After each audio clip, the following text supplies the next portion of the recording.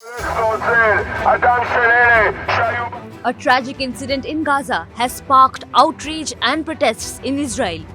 Hundreds of demonstrators have taken to the streets following the accidental killing of 3 Israeli hostages by their own military. The incident occurred in the Gaza City area of Shijaiya amid intense fighting between Israeli troops and Hamas militants.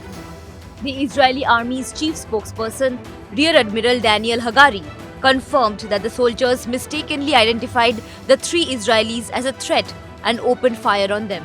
The victims were later identified as 28-year-old Yotam Haim, 25-year-old Samir Al-Talalka, and 26-year-old Alon Shamriz. According to reports, these young men were abducted from Israeli communities near the Gaza border.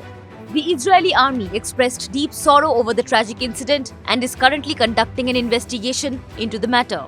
The mortal remains of the 3 hostages were taken to the Hatzvi Center at the Shura camp for identification.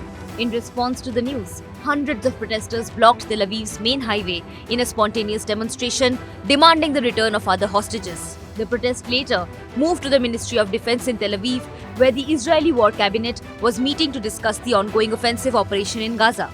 The families of the hostages have been leading a powerful public campaign urging the government to take more action to bring their loved ones home. The hostage crisis has been a focal point of public discourse in Israel since the October 7th attack by Hamas, during which roughly 240 Israelis were taken hostage and 1,200 Israelis lost their lives. The erroneous killing of these 3 young hostages is expected to intensify pressure on the government to renew negotiations with Hamas.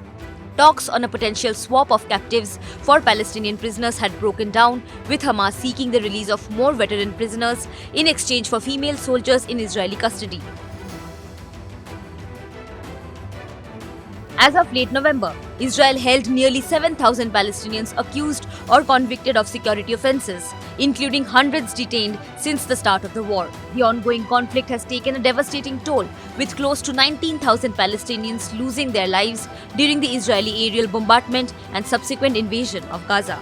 The tragic events unfolding in the region are likely to reshape the dynamics of the conflict as both sides grapple with the human cost of war and the urgent need for a resolution.